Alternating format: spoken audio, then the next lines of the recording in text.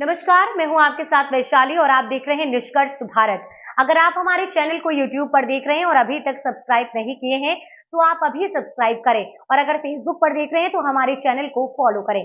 जदयू की विशेष राज्य की मांग के मायने समझिए, तेजस्वी को चुप करने की तैयारी या मोदी पर दबाव बनाने की कोशिश। 2014 के बाद केंद्र में नीतीश कुमार का केंद्र एनडीए सरकार पर पहली बार सबसे ज्यादा पावरफुल है।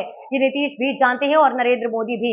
सरकार के शपथ ग्रहण के बाद पहली बार जदयू की सबसे बड़ी बैठक राष्ट्रीय कार्यकारिणी दिल्ली में हुई। इसमें बिहार को विशेष राज्य का दर्जा देने, जातीय आरक्षण के लिए सुप्रीम कोर्ट जाने और आरक्षण को 9वीं अनुसूची में शामिल करने की मांग को उठाकर नीतीश कुमार ने साफ कर दिया है कि वे अपने पुराने एजेंडे से पीछे नहीं हटने वाले हैं। नीतीश कुमार पिछले 15 सालों से बिहार को विशेष राज्य का दर्जा देने की मांग करते आ रहे हैं। केंद्र में एनडीए की सरकार बनते ही नेता प्रतिपक्ष तेजस्वी यादव लगातार नीतीश कुमार पर हमलावर हैं कि अब वे बिहार को विशेष राज्य का दर्जा दिलवा दें। ऐसे में विधानसभा चुनाव से 1.5 साल पहले नीतीश कुमार ने विशेष राज्य का दर्जा देने की मांग उठाकर तेजस्वी यादव को जवाब तो दिया ही है, साथ में केंद्र सरकार पर भी दबाव बनाने की शुरुआत कर दी है। राज्यों को मिलने वाला स्पेशल स्टेटस क्या है, बिहार में सालों में इसकी मांग क्यों हो रही है, क्या बीजेपी नीतीश कुमार और चंद्रबाबू नायडू की इस मांग को मानेगी?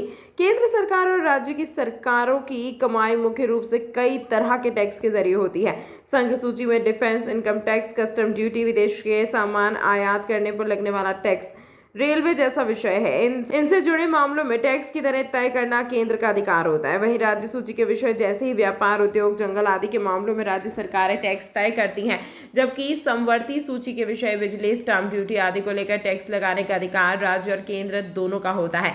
चूंकि भारत में केंद्र सरकार की कमाई सामान्य तौर पर राज्य से ज्यादा होती है, इसलिए संविधान के अनुच्छेद 275 के जरिए सांसद यानी केंद्र सरकार को इस बात का अधिकार होता है कि वह उन राज्यों को अनुदान दे सके जिन्हें उसकी नज़र में मदद की जाता है।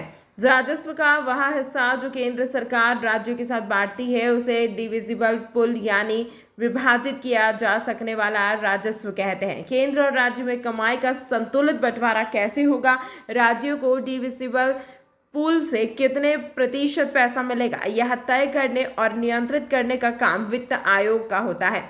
भारत के संविधान में किसी राज्य को दूसरे राज्यों की तुलना में स्पेशल दर्जा या कोई विशेष लाभ देने का प्रावधान नहीं है। साल 1969 तक केंद्र के पास राज्यों को अनुदान देने का भी कोई तय मानक नहीं था।